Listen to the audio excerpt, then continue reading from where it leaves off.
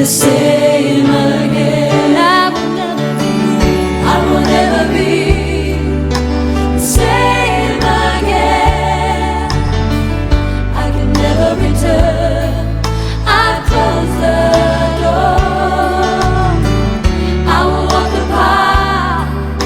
I'll run the race, and I will never be the same again.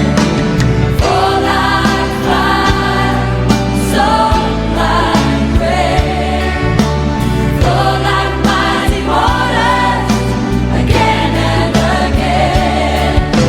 Sweep away the darkness, burn away the charm, and let a flame burn to glorify your name. There are higher heights, there are deeper seas, whatever you need. Hallelujah, hallelujah, hallelujah. Novi Christo tolonoto tefere sadekele medo agbefia na ole Yesu Christo fenkome. Le fian ya menu bebe su asinya be magako agbenya akwa ko be now. Nkonye kemetonye Prophet Victor Mensacho Mighty Destiny Glorify Ministry. Ekele hukula kachi. Tefere sadekele medo agbefia na o ma na yira. Wodaka klimi adogbeda. Nyima wike do fenya lada. Yes. Be nyala na ba yodo na watuka. Yes. Egbe kiki amegodo le todom. Jesus. Fonu to jinye. Amen. De amesia me fagbeme. Amen. Na naba meyo ka le jolem Yes. le bablame Yes. le bebe semla Yes. gokpo dede. Amen. Le Yesu Kristo nazatola fenkome. Amen. Amen. Amen. Mi ameyo kata le todo to akachi alo le kwenye to akachi ma one yirao. Amen. Alebe ma dugbeda kro egbe nenye be me fu phone line ya adida se. Amen. Kakegba afi ma jego ma jagbagba ne na di eje. Yes. Eje. Yes. Local salt. Yes. Alo any salt at all. Yes. Eje. Penchini kakra fatu unchen. Amen. Get a little salt. Amen. Ma dugbeda klo. Ne ma fia ona de ne na wo fifi like. That DJ darai bona me de ne koje cover now. Doje no fle cover. Menya be eje ya e la fe de sia de me. Alebe to je ya jia. Akpo ma fe amen bebe. Ta eje ane no gbo. Le Yesu Christo from come. Abe to mi ame yo kata la kachi ma funu nam echo me glebe echo ikenye fidagba. Ame sia me achi nu do. Amen. Abele nu chichi do ma mi adogbeda ne Ghana duko. Adogbeda ne alamesese nyawo. Adogbeda ku de accident pi jogbovon me gbele chole akachi alabe maonya ikemi akodogbeda chalo maonya ke jimi atore akodogbeda enye Psalm 121 Salomo afade alafadeka bla vevu de ke eya mi akodogbeda echo ikenye fida madibe na chi akakplim nenyi kpakplo mi awonu chichi do ya adogbeda ne mi avio mi apafe ko mi asro mi afa fumeto me gbele chona dogbeda ne ofe nunola sofo na dogbeda na ofe sofo ofe hame yeyi keme gale godoa satana jagbo be ya wonuka be ya tron Kristo to ta mi akata mi anonu chichi do mecho elebe mi adogbeda avuli mi ape duko mi ato mi ape de jeneta ta te fere sade kenelia maone yirao le Yesu Kristo nazatola fekome me nyaba mole nyi poto Kumasi veveto sister Abigail kwebe fumeto sister Rebecca to Kumasi akachi amegede te fere sade kele mi akpole amao ne yirao le Yesu Kristo fekome le fia ya kokova apenao Amen.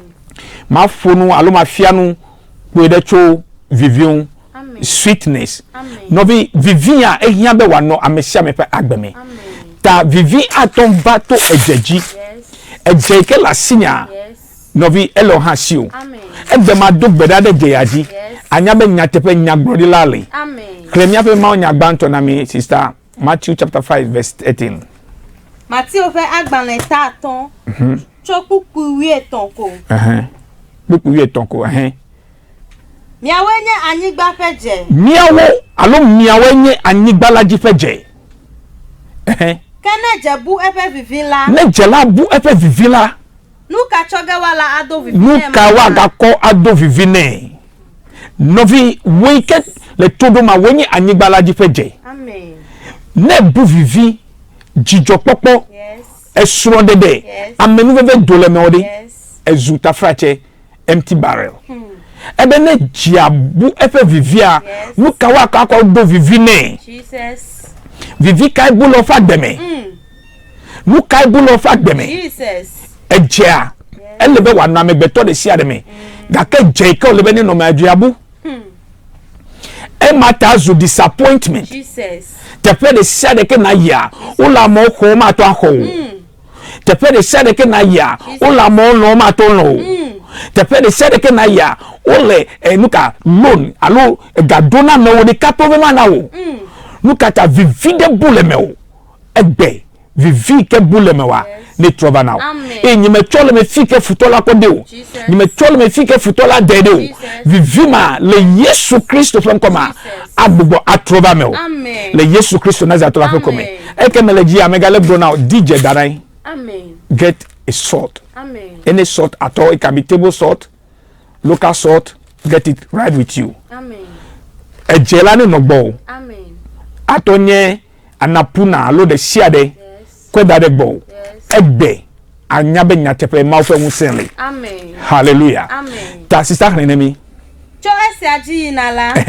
Meka nyona na deke o. Nenye be vivia bule jiame. Nenye be vivia bule me o. Ne amenu bebe la boa. Ne suro de pe unti kokola doa. Ezu amesafwe.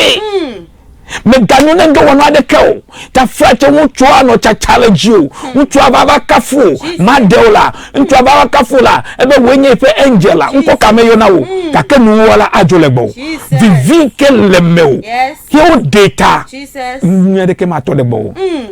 Amebeto de siada elebe vivide ni nomeo elebe nade ni nomeo ya atona be wagbe alike tawde Matthew chapter 5 verse 13 Yes. ele obi blame kren nyere nase sister gbo kren mi Mati o fe agbanle ta ton pupu wi eton ya wenye anigba fe je kene ejebu ebe vivila nuka choge wala ado vivine ma ha cho ese aji inala meka nyona na deke o ke bo wa che afugbe bena amonado afo eji ayata zu carpet ezu carpet Jesus.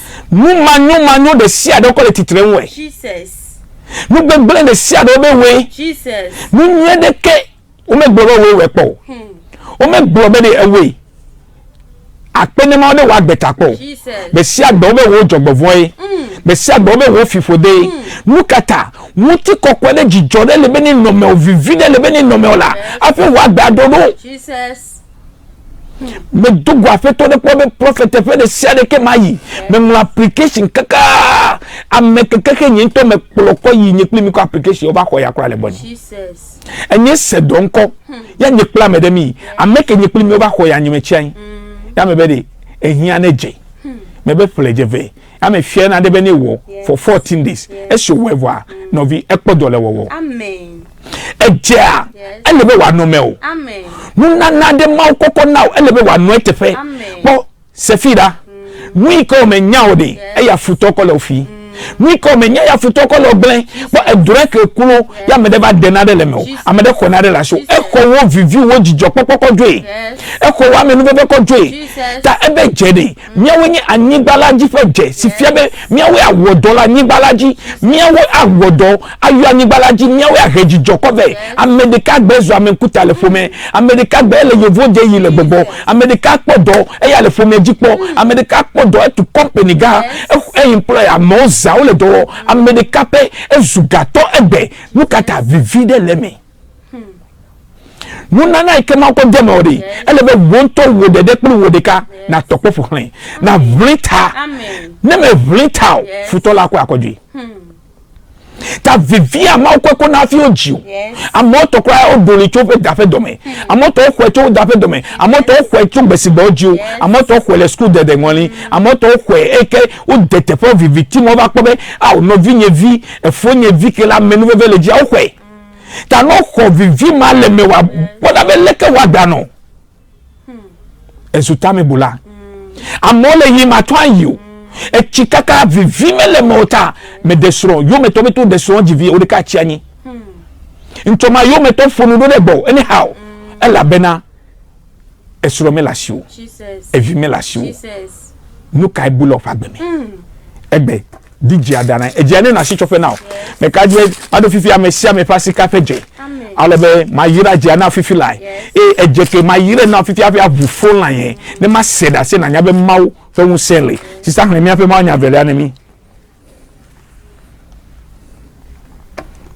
makofa gbale ta sheke makofa agbale ta sheke pukui bla aton jela ejela nunye ya wonye po se eje nukele nunye menye nu vonyo nunye ya wonye po achiafu a eyo fun pleje achiafu mato anu eje so edwe nukata ma we sigbe eya chefe do wonale achiafu fe do wonale ele gogobe eje nunye wonye klenemi kana jebu efe vivila ne jela bu efe vivila nuka chogewala ado vivine maha nuka chogewala ado vivine ne jela bu efe vivia nuka wa chodo vivine miawola nuka choge miala ado vivine maha mina je na domi mina eje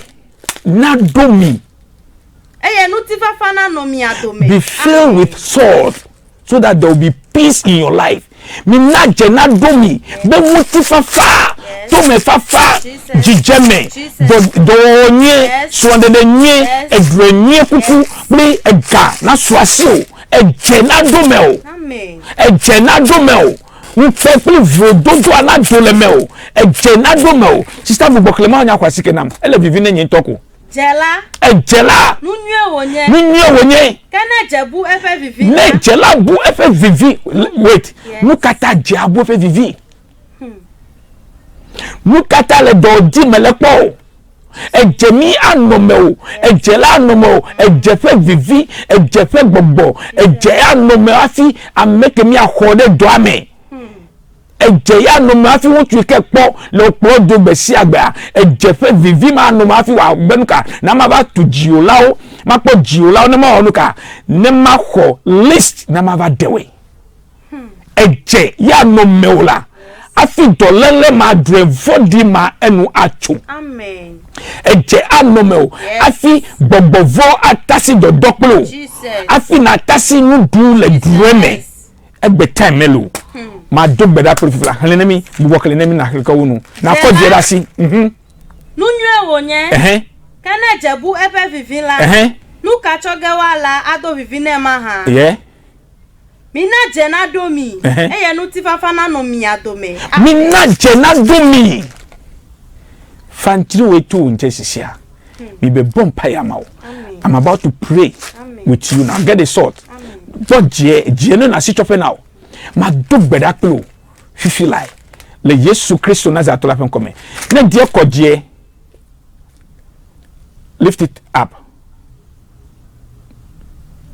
kodo de ji peja kosro alo aton kudeda sime yes betimi asebi egu nsem you can even pour a little in your hand na ma do gbeda klo nyemaw yes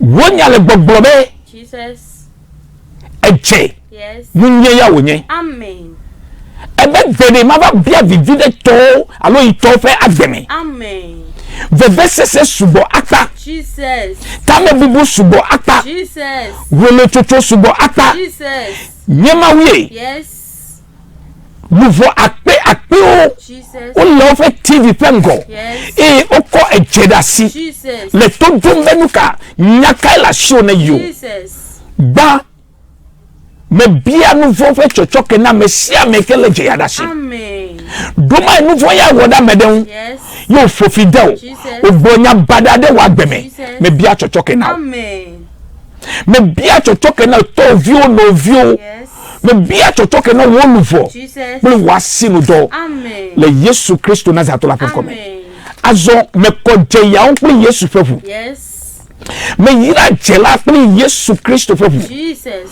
me bronya di be jifo ne si Amen. me bronya di be anigba ne si Jesus.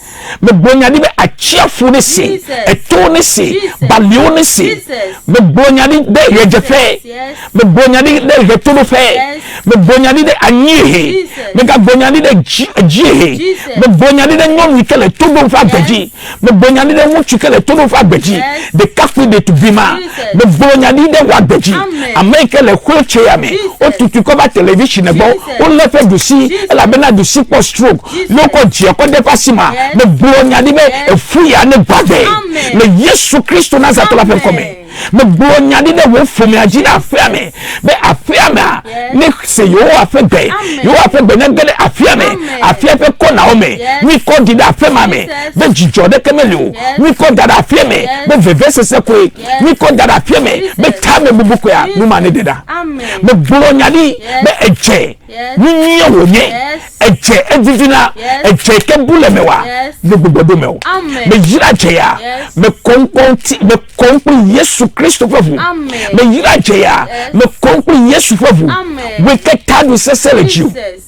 we ke domedui Jesus. we ke ku dre bada Jesus. we ke dro no le anome Jesus. we ke ku dro donaplo Jesus. akudra afokoji Jesus. akudra no chachele bolaji Jesus. akudra no cigarette akudra no wi akudra na peteshi Jesus. be si agbe kudre Jesus. ele bedadafo Jesus. ekudre ejura me dahele chacha wonu vo doleme o Jesus. won gbogbo doleme o Jesus. me nyanu ikele jojo Jesus. me nyanu ikabajo Jesus. ne kudre mala ne wukea Yes. wa me bete etoto ekuna dre amede tenabo Yes. anu amedi bome Jesus. ame kuku yoko kuvaya Yes. yoko epona ekuna dre bada Yes. ne wukela Jesus. wala me toto ne ikojia Jesus. obe vuvole me o Yes. alo have na miscarriage Jesus. ne fofua eblena alo fibroid lewu Jesus. alo asidodo anyi Jesus. alo wo vigido Jesus. problem de siade Jesus. ekegede wa me tia me Yes, me Lord. blonya di de chiu Amen. me blonya di de chiu Amen. me blonya di de chiu Amen. me blonya di de chiu Amen. me blonya di de chiu Amen. me blonya di de chiu Amen. me blonya di de afema me Jesus. me afema me Yes. ne seyo afebe Amen. ajekeo ne zudobi Jesus. mami wata ne zudobi Jesus. togbe zikima ne zudobi Jesus. etuo gbogbo Jesus. ne zudobi Amen. viviti me wu se Yes. sasabonsam Jesus. aziza Jesus. o gbogbo yoke la lili kpolaji Jesus. eyoke o jira o kona o be wuya ma vo me gburo nyadi o kata no da sile wo Amen. le Yesu Kristo Nazareth la ko me evioke zu hanumo winu lao agbesi agbamu o me gale todo me gburo nyadi be mi seyo afebe Amen. gbogbo ma ne do le mi ame Amen. do le pe gbogbo ne do Jesus. fu pe gbogbo ma ne do Amen. le Yesu Kristo Nazareth la ko me Amen. me gburo nyadi akede wa gbeji Jesus. de wa feme Yes. be wo lufo tugbeya Jesus. wo lufo ne koka tutu Amen. wo gbogbo ne koka I tutu receive it. le Yesu Kristo Nazareth la ko me Amen. me gburo nyadi benuka stomach ulcer Jesus. cancer ma Jesus. fibroid ma Jesus. ne to le me o Amen. me gburo nyadi be diabetes Jesus. epilepsy Jesus. gbogbo voma ne to Jesus. me gburo nyadi be tome ve Amen. nkuve Yes. ne to Amen. le keke mi dunanu nonachi tona mi ape nume ogena de mi apa lame zona to mi apa lame zuna evu plewu sena mia ne ne make ne jeya kawa ne jeya kawa mu makoma de siade ne dorale mo Amen. do ma have low sperm count enye wuchuta frache meton do afu enye nyonu elevidi enye nyonu dolele dele be siagbe ne fofo ale be fo ne ble be siagbe amanya na de jona be siagbe na de le jojo de jo to empe le Yesu Kristo Nazareth la pen come me te freedom me Amen. me blonye adide nyonu oji Jesus. wuchu oji de kape oji Jesus. de tubi oji Jesus. mama oji Jesus. togbe oji me pe Jesus. to tro ne ba fie me Amen. we ka chi woku le gbogbo me Jesus. be feke ma wunu da o Jesus. me blonyadi Amen. achiagbe Amen. we ka be dolele ma Jesus. ma koda le jiu e ya pro akọ ikume Jesus. ne je ya kawa Jesus. dolele ma ne dolemo Amen. ni ke le domena o Jesus. ne je ya kawa Jesus. le Yesu Kristo fen come Yes, Lord. ni doto fa foji me receive it. Ne doto fa du dome. receive it. Ne doto fe I tame. receive Ta it. frache ne na geto fe nume. Amen. Numa ne gera le wu. Yes. Le Yesu Kristo na zatwa fe Amen. kome. Nyema ebema wo direction ya. Yes. Ntode me wo direction ya le radio jia. Nuvu akpe odi da se. Ebea. Nuvu akpe le todom. Yes. Menye nyewu se yo. Kebo wo se. Amen. Na me se me na kpo dede. Ekeme nu fo fifile de. Me pa me de fe no. Wono ta frache. Wono miameto ete. Muno late e koji nyake Dr. Glonawa. E de koji egbe 3 days. Nyake Dr. Glonawa de. Na ele tame bu eba fe ma me sia me be nu kale jojo. Me nyake na glo. Ele todo fifila. E jeke la shode. Ma be ma Glona be kokova now. Amen. Kokova now. Amen. Kokova now. Amen. Kokova now. Amen. Kokova now. Amen. Dolala ikele meo. Jesus. HIV AIDS. Jesus. Ne se yo afegbe. Amen. E jitolele Jesus. se yo afegbe. Amen. Me be de fibroid Jesus. se yo afegbe. Amen. Dolele de siade. Jesus. E kep le meo. Jesus. E kep nkonye me yo. E ko le meo. E le tontoma. Jesus. Me blonyadi. Yes, Lord. Dolele ma Yes. ne se yo afegbe. Amen. Azo jojulo fodi ma. Jesus. Wo wutu ne kpogakwa. Nyonu nya. Abako duagbe. Jesus. No wutu ne kpogakwa ma nyanu ke na ko wo. Jojulo fodi ma le nyonu ademe. Jesus. E kpogakwa. Ta frate de ko wutu aba du aso. Akogala ko dwe. Jesus. To ebe. Jesus. Le Yesu Kristo na zatola fe nkome. Yes. Enucho. Amen. Enucho. Amen. Enucho. Amen. Enucho. Amen. Enucho. Amen. Enucho. Amen. Le mau fofola. Jesus. Mau vila. Yes. Le mau gbogbo koko la fe nkome. Yes. Me yira amesia me ke ama pe yo kata le jiarashi. Jesus. Mi ko ya yira. Amen. Mi ko amenu bebe. Receive it. Le Yesu Kristo na zatola fe nkome. Amen. Me danyasi Yes. de jiaji. Yes. Asi keji mautona Jesus.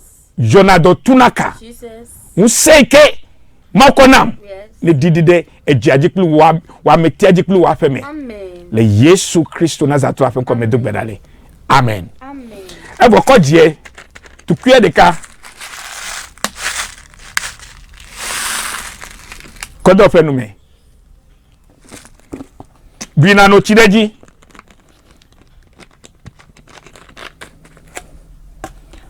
put 1 cube of salt into your mouth, take water on it, fanchi no bakutu enum nanum siogusu no chideji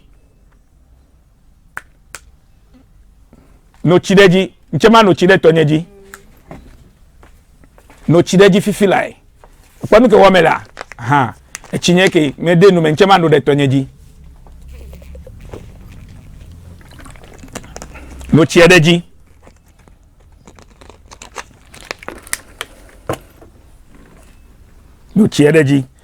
egbe anyabe nyagbrodilale azo ejeke kaude Yehowa fe kontine ko Jesus.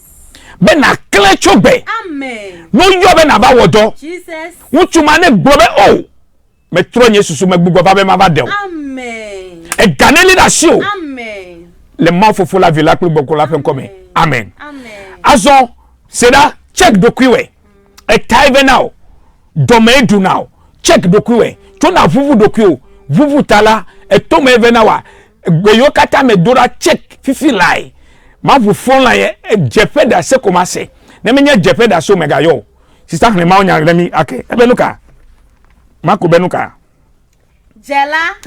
Nunwe wonye. Yes. Kene jebu ebe vivila. Nuka choge mi ala ado vivine maha. Vivi ke bule mewode.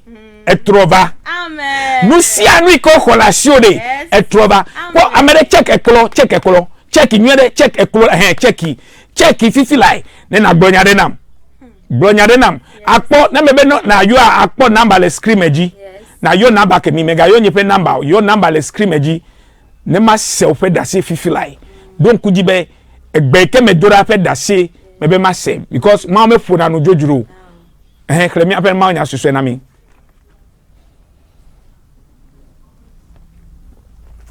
Colossians. Kolose tope agbaletane. Tukwi ade. Mina amen veve kleje na no mi afe nyame dasi. Mina amenu veve kleje na no mi afe nyame. In other words, ne no mi afa adaji be ne mi afonu. Nuka nejo. Be na mi anya alesi wo jebe mi adonya ntina amesia ne mi anyale si mi adonya ntina mesia me amejujufe gbogbo ma ne doleme o agla je gbogbo adakple jiku sesema ne doleme o le Yesu mo come ejena no me o ejena no nu me ejena no fadeji me na anyale keke na ko fonu na ko donya na me amedo menya no fofota no yi domegbe wa nyawo o ameda gbe chick answer and chick west adagbedoda o to egbe eje kekare enuchu le Yesu Kristo Nazareth la pen come amen azo ma fufu na ya azo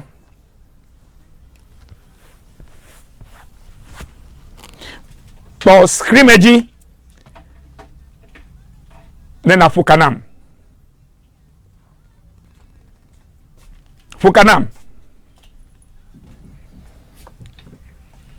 te fait de sia de dono de le bori tinene check po check nkwa check etua check afo check doame to asi dom hello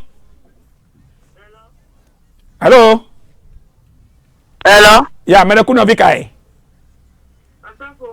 hello yes good evening fikale yo to be my yoncho abokuchima okay won kode yankwanya Christiana awuku nuka ma wo na ofifilai maraku ajafa nfiafia na fiafia amagbogbo momre ira aji otanyo jumale ke gbegbe ka jafa nya na fiafia osoko ya mo chugu taru ko bana de gachu motimena awa bana de gachu motimena Jesus Christ sister bele yo mchofika Maya yoncho abokuchima votarije abokutime ele fika goji saf meleku etadu ma le won abe jinu nene anya won fia 3 weeks ya 3 weeks na otroma dokwa ajaba tananu nyamam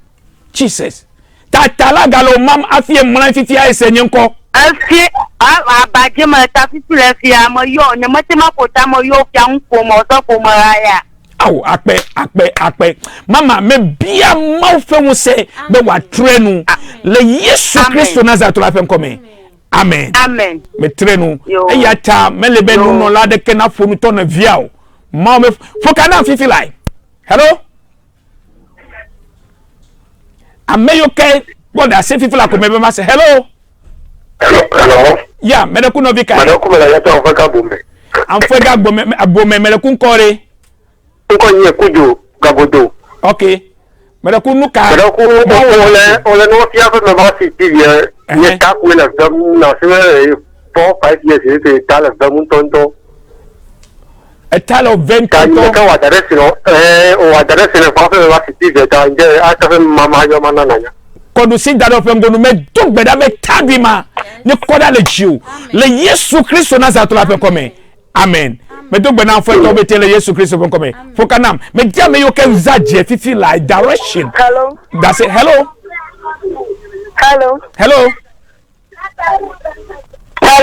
me ku no bi ka we zoba good evening nko pe fi kenele good evening nko pe fi kenele yo cho hello melonko se maku nkwanya Florence dokumenyancho atagodo oyira nu kama wona ofia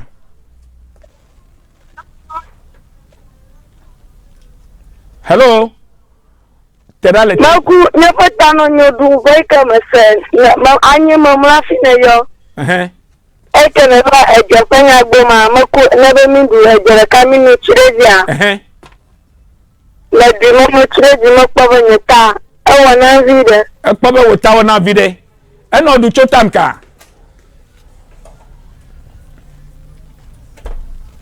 oh okay eno etano du chotam ka pasta kono oh okay akpeno ham me trenu play Yesu Kristo pefu amen number ike na yo 059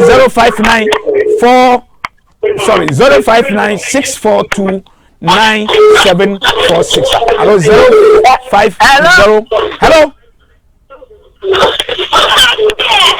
mele ku terale radio TV awu na yode na terale TV amato se mele ku do bi kai ma ya cha cha ma nge ko nya mama Okay, nuka ma wona fifia to je ya iraji. Yenye ma akota nya fe ma duka akota.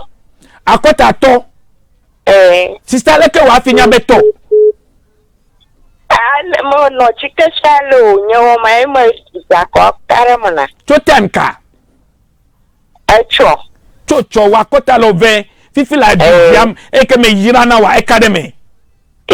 Akpene ma de wa gbeta. Me trenu akota mama ga ve wa zo le Yesu Christo fen come. Amen. God bless you, sister. Fokanam, hello. Hello. Yeah, Mereku Novika. Hello. Hello, yeah, Lekaji, where's over Touch TV? Hello. Hello. Hello. Yeah, where's over Touch TV? Yeah, I will say to you. Come again. Yeah, I will say to you. Awenya meka. Yeah, true. Dabara. Okay, nuka ma wona afia. Fila mopa da afokole venda no pasi restaurant na opetora. Ma dog beda bia won set up afọ. Le Yesu Christo Nazato la pen come. Amen. Amen. Fokana fifilai. Hello. Hello. Hello. Yeah, Mereku Novika. Hello. Hello, Mereku. Hello. Yeah, Merenko se Novika.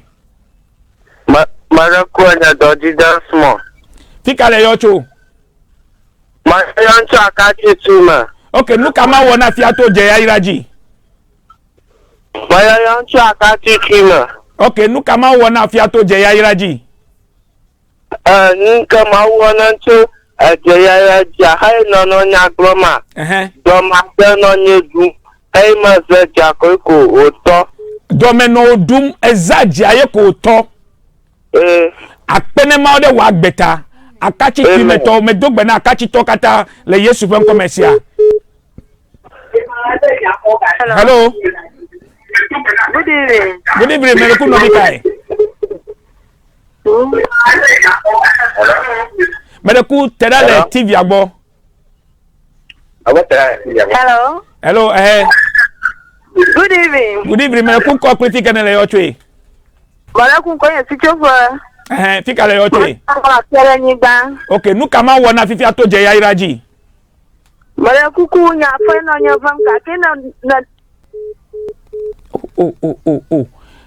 Ebe ya fo. Mereku gbugboyo, fiare nigba to gbugboyo. Line awa be cat. Fokana fifilai.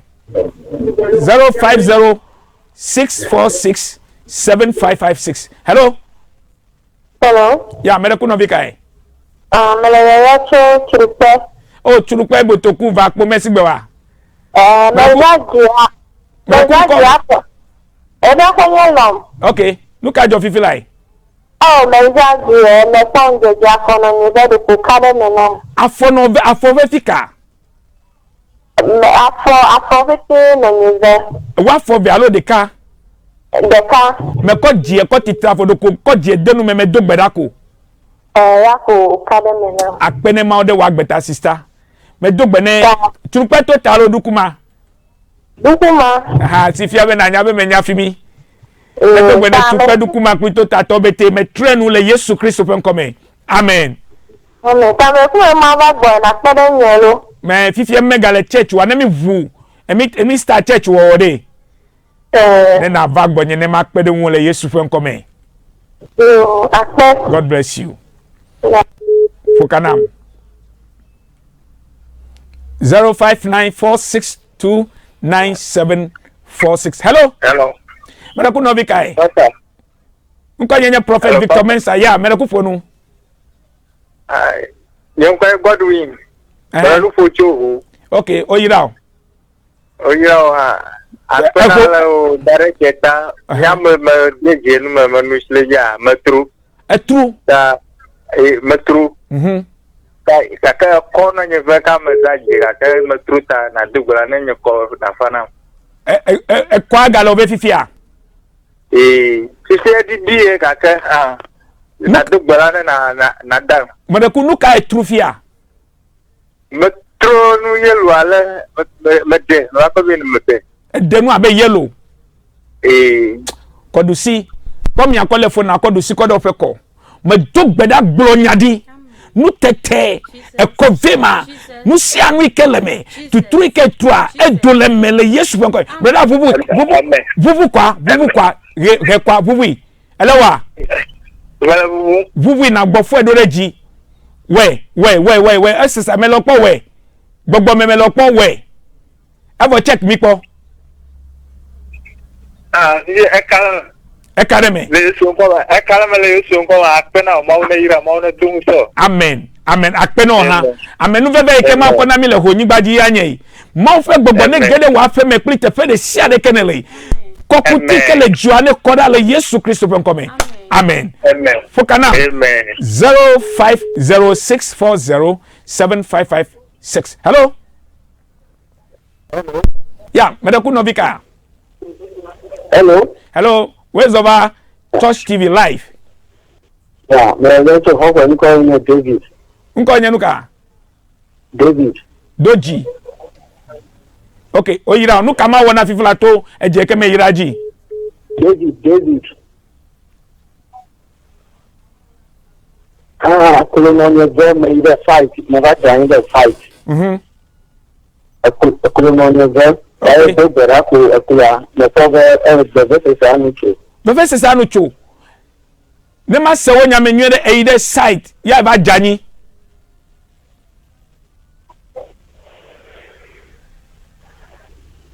cho time ka aba kontra tonya ina lekire ka Jesus ta fifila menya yira je enya de je no me ko vese sa ebu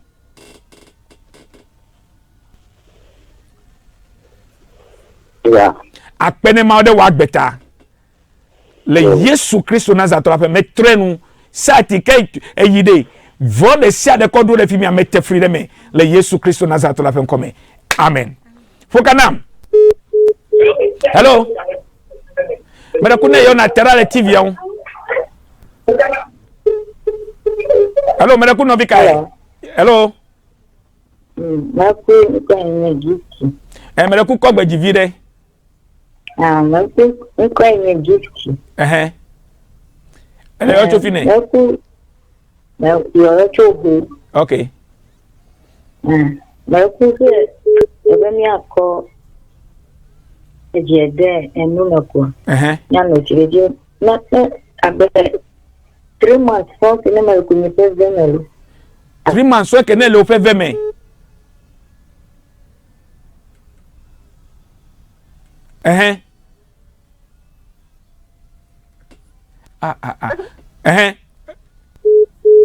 Oh. Hello? Yes. Oh, sister Beauty Gbugboyo. Sister Beauty Gbugboyo. Check efe number ne Gbugboyo. Hello. Me ku no vika eba kaji. Hello. Yeah, me ku no vika. Josephine to do de kofa Rotary. Okay, oyira me ku nu kama wona fifula to je yayira ji. Se na ba mi akoja dan manya nu shile ya, manu shile nya vali ka kama kare manamu. Tama di bana dogbara. Ali alo veto time ka. Dogbara time. Kodu si kodare o fe. Egbenyan ka to ene. Okay. Kodu si dare o fe yonu tafrache. Me dogbara alivema ve verse sema na dodale me le Yesu Kristo Nazareth la pen come. Amen. Oyira. Yon fifila mu ke ma wona da sida le me di ma se ma be ya wonu gade bo amede e ke me yira eje body do me do yi afoji na de dolewu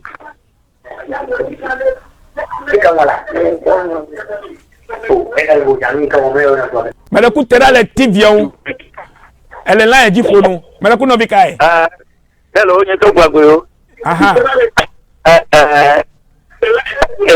you to gbagbe me ku fika le ocho to je gba ko fe fika kofe agbo kofe okay nu kama wona fifula to je yayira ji to le mena nya tanya libete ko evo tera le TV on tera me kuku wa de ole jilo ne yo na tera le TV ma to se wonya nwe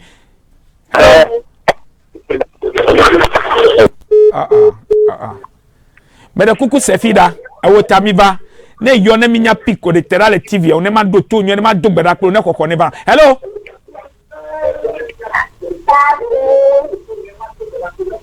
Hello. Hello. Good evening. Good evening, mede ku no bikae. Dada ku enye selase. Sinele yo twe. Dada ku mele yo cho. Okay, nu kama wona fifi atoje ya yiraji. Fifi la he ebe mi wo direction ebe ko eti e ko gbenu menu ti ereji ne pa ha me ya no fenye ta me ko be pin e reduce ide do be me kale se vivi de ka kele ko no bala e reduce okay ta me be na ga pe de nwe ko du si dade wa kota me do gbeda lekeke pin e reduce fifi la nini make pin ma ne bu le Yesu Christo Nazareth apem come. Amen. Amen. Sister Oyira Osia. Let me je church go me agede jinyele Jonokoji alo Freetown. Then akpoma fe asi. Fokanam. Hello. Hello. Mara kuna vikae. Kuma agi Freetown ashi. Maloto Jerry. Hello Tofika. Jerry Art. Let me have a fico. Made kuku je program e go manyame nyame fi kabo ta kame ba fi ka fi kame ba do nyebe mo no ko je nu me ta alele benye me to gbeda be alive mane koda le ji o gbogbo kokko ne chiaka plo na poma fa menu bebe le Yesu Christ ben come. Amen. Me to gbeda Jerry atobete. Amen. God bless you. Fokanam. Hello. Hello, mena kuna vika. Baruku ye divine chuma fika sekwe. Mafi Kasekwe. kasegbe. Oyira nu kama wona fifila to je ke me iraji. Baruku.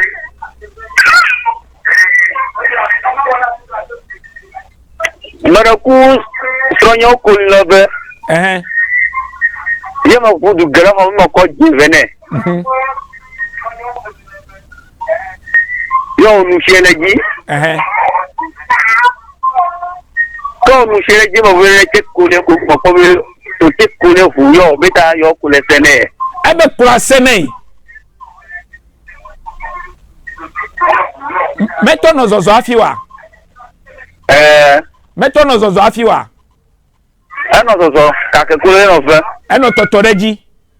Ele gbo chone gbonene chone wo marking time po.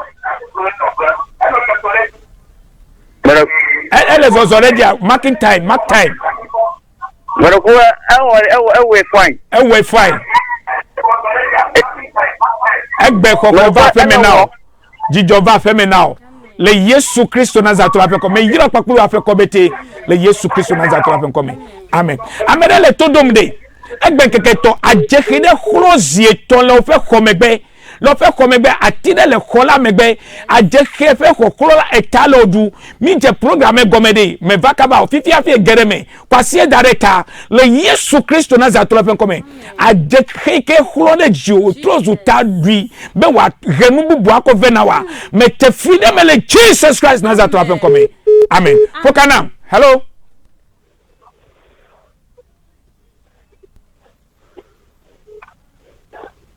Hello. Ya mere kuno bigai. Mere ku mele te vakpo. Vakpo. Mi no program e wala te egbete ya ni me ku yo me bi na pere ni nita. Nkode.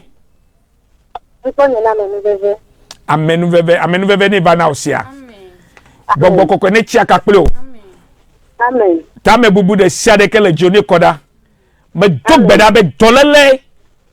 Ne jodale me o. Le Yesu Christo Nazareth la pen comme. Sister, amenu bebe oyira o. Won kone di won osia. Mede kuno vikae. Hello. Hello. We mi awe zoba Touch TV live. Mere ku Ame vele nu fwa. Mere kumala nu pocha koso bonya dom kula nya du fe jinu koyeto. Jinu alo fe.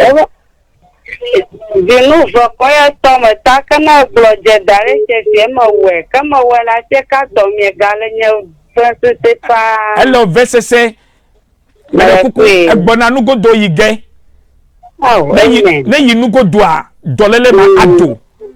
Mark my words. Na yo adida say me glonyadi. Le Yesu Christ of God. You say me ke dule dreme. E do na le dreme, sister. E do na le dreme. Amen. Mi ke dule dreme anu ma ne to. Amen. Ne do. Ta frère to fa forgive. Fifi la le Yesu of God. Hoto yoyo. Hoto yoyo. Hoto yoyo. Hokatutu. Le Yesu Christ of Nazareth happen come. Amen. Amen. Sister. Amen. Amen. Amen. Amen. Amen. Amen. Eva me now. Amen, papa. Me de kuku de. Auna yira. Me de kuku. Amen. To asi do me mi po. La kuyo. Mala fufu. La kuyo ma fufu ka atare ka kumde yele nya vwa. Fufu akpa mama po. La kuyo. Ma bonya de na ofifia. La kuyo mala kumala fufu. Egale sa. La kuyo. Me de kuku de. Ta frati afoji ato na afoji tore. Me ga yida agbotijio di chemba poto hoyo ne. Nu gwere ne na dede me na kpobe ka dole wu. Amen. Ne ole nu fo to nyagbodila na nya be nyagbodila le. Amen. Ni ka dole wu ne na gbere ne kike me kata ne se. Amen. Le Yesu Christ for come. Amen. Oyira. God bless you. Fokana.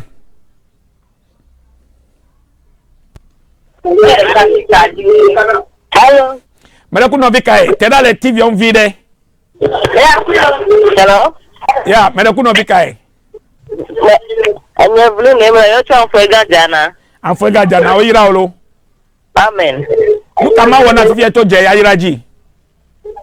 Maku. Nu kama wona to je ke me yira ji fifi lai. Eji enye nese ta museum ka kere kuma bi agbedodo la. Me bia ma fa menu bebe now. Me bia pototo now. Le Yesu Christ Nazareth la fen come. Amen. Seda. Amen. Me no na de fi ancho. I feel lockdown ke baba. Say. Ne me yira je le studio le nkome. Ye nukunu ke le jojo wonto ele se. Ke anointed water, anointed oil. Play sticker nuko me yira nukunu le jojo re nukata na tondo we gbogbo voy. Ne gbogbo voy ke ma gbogbo voy nye jele wa fe megba. Po me gbona nyadi bede. Me gana jima hose ne hemo ne wo ya yira o. Jima hose me ga hemo ne wa menu veve o. Hose ne ma fe gbogbo na chi akapelo. Fokanam. Me dia me de ne yom to Kumasi, alo mafi Kumasi, alo tepere Kumasi to mi yom makpo. Ame gede le trying. To ne gede me le Yesu fen come. Hello. Hello. Yeah, me de kuno bikai. Uko kwenye Charles na yote safari. Unko nyenuka. Charles. Mrekwe. Okay, nuka ma wona fifu like me yiraji e. Mrekwe mmetan na ya fi oyiraji otari kwa wasi kivi enye ya. Kwa du siko dada upakota me dog beda be jive manye to. Me dog beda be amenu be veni swasio be gana to la sio na ko gako wonu tepela nyigba yaji. Le Yesu Kristo Nazareth apen come. Me yirao. Hello. Hello. Yeah, me kuno vika. Kuma no wambe John malanu pocho masi depe. Mafi jope. Depe adiloma depe. Okay, nuka ma wona fifila to je ke me yiraji. Mara kuna mabasi hivi kaba. Eta o waga mavai kama vasi na fokula nyeza. Kwasi kode afwa me dog beda kodoyoyo. Kwa menu veve le Yesu Kristo Nazareth la pen come. Amen. Amen. Amen. Amen. Bon, amede le todom. Ta flache ma gbonu ke now. Senya keda. Hello. E dagle. Me pa fa gla e tede lori moreto. E yi agla e twa.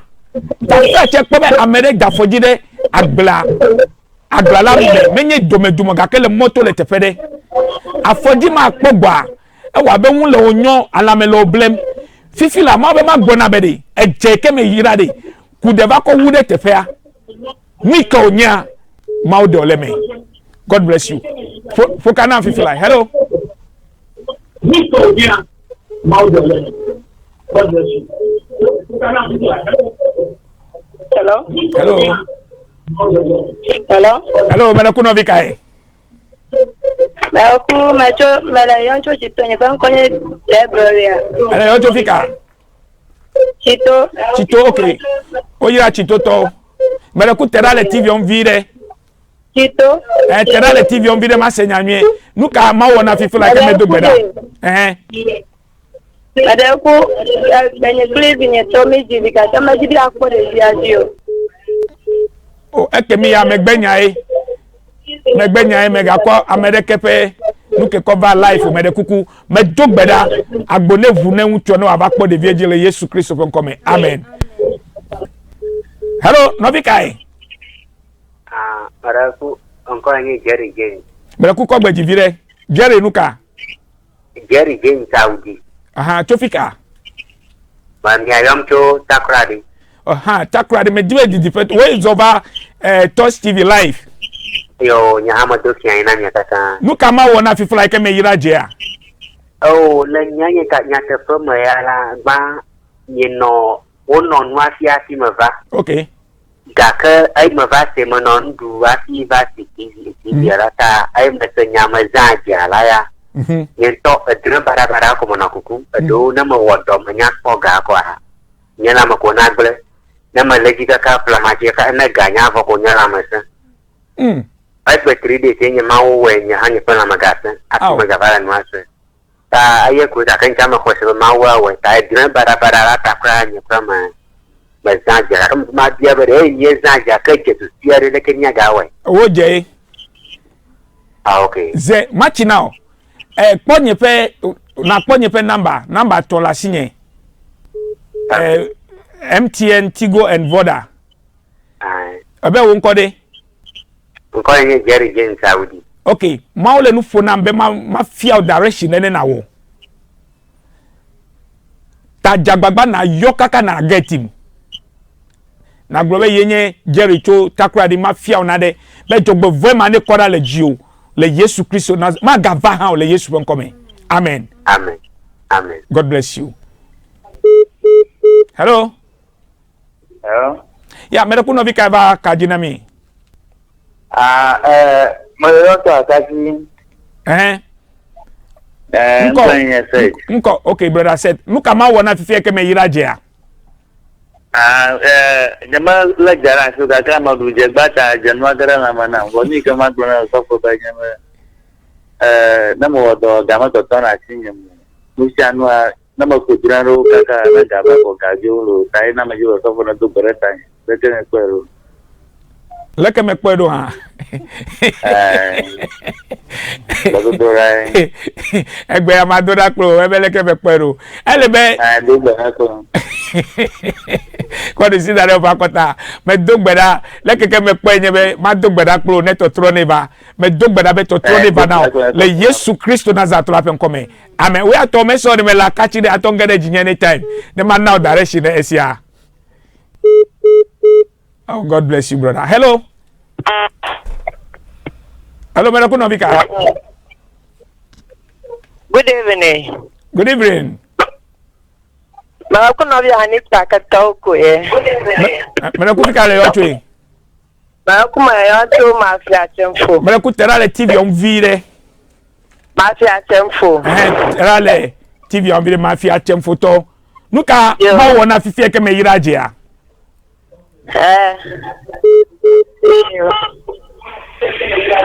Mara kunya agbe 3 days malo program po.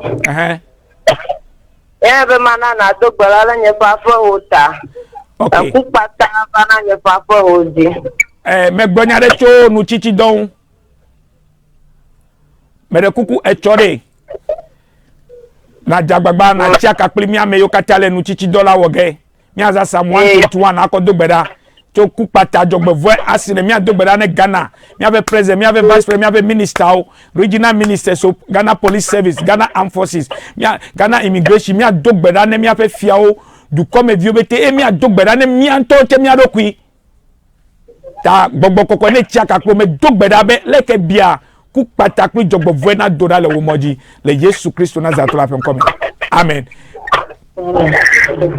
Mighty Destiny Glorified Ministry International ele hopli akachi novi le huami le donokoji alo Freetown ne cho eho gbome tepe de sia de ne yia petwea ne jele donokoji videku the first writing akpomi afa signboard God le fimi Mighty Destiny Glorified Ministry International ne zoi videku a akpo miame jifo ho gade emienye bedukola alebe migale akachiche akachia hello no ko fisi madare hello ya eba kaji mara kuno vikae hello mara ku tada le TV on vie brother comme Africa yo yoncho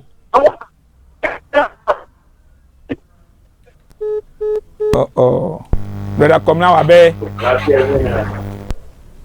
hello okay migala akachia ne do akachi ne get the police station e jele court ko wa abe ina de assembly ama akpo khabi moto tefema hello yeah mera kuno vika